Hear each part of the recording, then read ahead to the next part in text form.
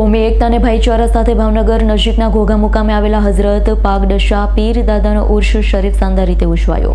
દર વર્ષની પરંપરા મુજબ આ વર્ષે પણ ભાવનગર નજીકના ઘોઘાના સોનરિયા તળાવની સામે વહોરાના કબ્રસ્તાનની બાજુમાં આવેલા હઝરત રોશન ઝમીર પાગડશા પીર દાદાનો ઉર્ષ શરીફ કોમી એકતા ભાઈચારા સાથે શાનદાર રીતે ઉજવાયો છે। આ ઉર્ષ પ્રસંગે સાંજે મગરીબની નમાઝ બાદ ન્યાઝ શરીફ તેમજ રાત્રે સંદલ શરીફનું જુલસ, ત્યારબાદ દરગાહ શરીફમાં સંદલ શરીફ, ચાદર શરીફ, સલાતો સલામ સામૂહિક દુઆ કરવામાં આવી। ઉર્ષ પ્રસંગે તમામ હિન્દુ મુસ્લિમ બિરાદરો મોટી સંખ્યામાં હાજરી આપી।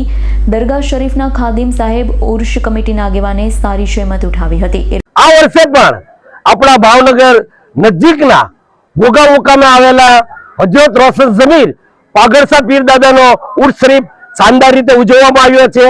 આ ઉર્ષ પ્રસંગે આપણે એક શાનદાર સંદલ શરીફનો જુલુસ બાદ દરગાહ શરીફની અંદર આપણે સંદલ શરીફ, સલાતો સલામ, સામૂહિક દુઆઓ અને ન્યાઝ શરીફ સહિતના પ્રોગ્રામોનું આયોજન કરવામાં આવ્યું હતું। આ પ્રોગ્રામની અંદર મોટી સંખ્યામાં મુસ્લિમ બિરાદરો તો આવ્યા, તે જ રીતે હિન્દુ બિરાદરો પણ આ દરગાહમાં આવ્યા છે। આપણે હઝરત પાગડશા પીર દાદાની મજાર શરીફ, દરગાહ શરીફ, એમનો દરબાર કોમી એકતા અને ભાઈચારાનું પ્રતીક છે।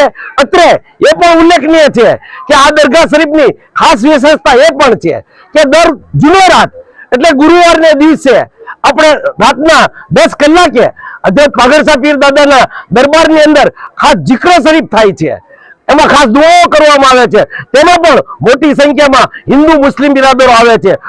ગમે તેવો વરસાદ હોય, ઠંડી હોય, ગમે તેવા વાતાવરણમાં પણ દર જુમેરાતે આ દરગાહ શરીફની અંદર જક્ર શરીફનો પ્રોગ્રામ કાયમ થાય છે। આપણે દુઆ કરીએ કે આવા જ આપણા કોમી એકતા અને ભાઈચારાના પ્રોગ્રામો ખાસ થાય અને અત્યારે આપણે ફાન સોલંકીનો રિપોર્ટ S9 ન્યૂઝ ભાવનગર। અમારી તમામ માહિતીથી અપડેટ રહેવા માટે જોડાયેલા રહો S9 ન્યૂઝ સાથે।